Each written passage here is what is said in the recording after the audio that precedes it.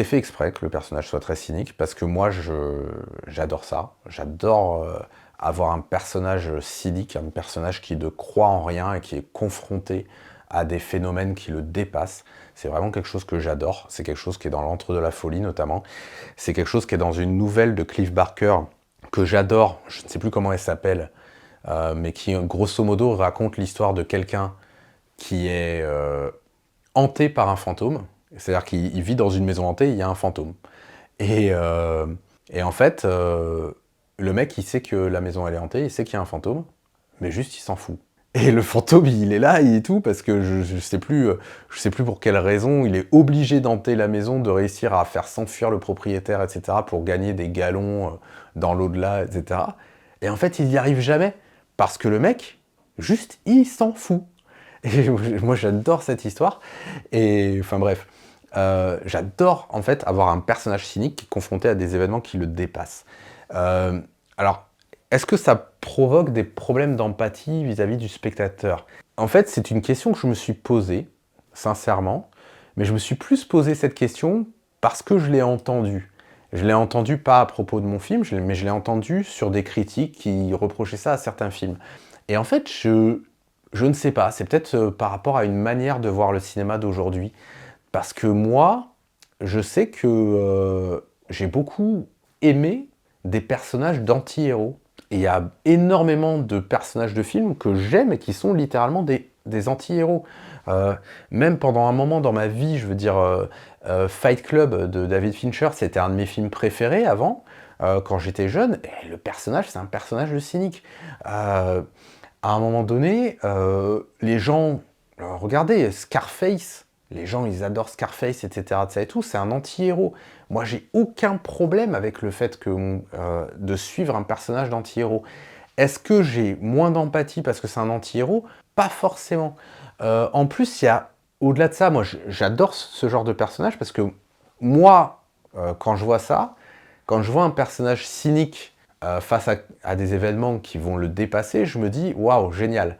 Comment ce personnage va s'en sortir? Est-ce que ce personnage va s'en sortir? Est-ce que ce personnage va se faire tuer, va être puni pour son cynisme? Moi, j'aime ça. Maintenant, je pense que ça, c'est à double sens parce que vous voyez le personnage de Lola dans le film, c'est un personnage qui effectivement déjà ne croit pas. C'est un personnage qui ne croit pas. Et ensuite, c'est un personnage qui euh, va se servir du deuil de son frère pour devenir une influenceuse sur YouTube et donc se faire de l'argent. Euh, Effectivement, si on me pose la question, je vais dire, bah moi j'aime pas trop les gens qui font ce genre de choses. C'est quelque chose qui ne va pas avec mes valeurs et c'est quelque chose que je n'aime pas. Et effectivement, c'est ce personnage, si je l'ai mis, c'est parce que c'est un personnage que je n'aime pas et que j'aimais voir ce personnage que je n'aime pas confronté à des situations qui vont perturber ses propres croyances. Maintenant, il y a un autre sens derrière. C'est-à-dire que, est-ce que les gens n'aiment pas ce personnage? Dans le sens où, moi je pense que ça dépend de votre âge, sincèrement. Et ça dépend de ce que vous consommez. Parce que quand je regarde certains youtubeurs, moi je pense qu'il y a des youtubeurs qui sont largement pires que le personnage de Lola. Et que ces youtubeurs, ils font des millions de vues. Encore une fois, c'est pas une attaque contre les youtubeurs, parce que moi-même, je suis fan de certains youtubeurs. Il y a des youtubeurs que je regarde, etc.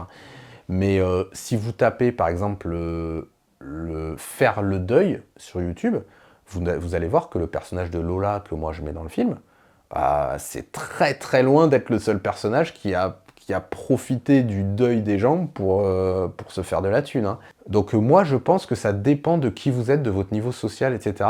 Et que en fonction, ça va créer, soit vous êtes comme moi, vous aimez aussi les personnages que vous n'aimez pas en tant qu'être humain dans la vie, ou soit simplement vous aimez les personnages comme vous aimez les êtres humains, et je pense qu'en fonction de votre pensée, vous aimerez aussi le personnage.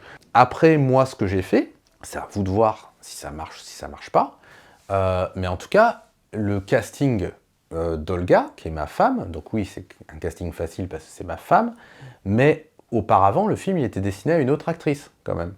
Et cette autre actrice, j'ai décidé de ne pas la faire jouer pour faire jouer Olga, parce que je pense, et ce n'est pas parce que c'est ma femme que je dis ça, je pense que Olga est quelqu'un qui attire énormément d'empathie Et donc, moi, je pense que si on n'aime pas le personnage dans ce qu'il dit, on aimera le personnage quand même par le jeu d'Olga. Voilà ce que moi je pense.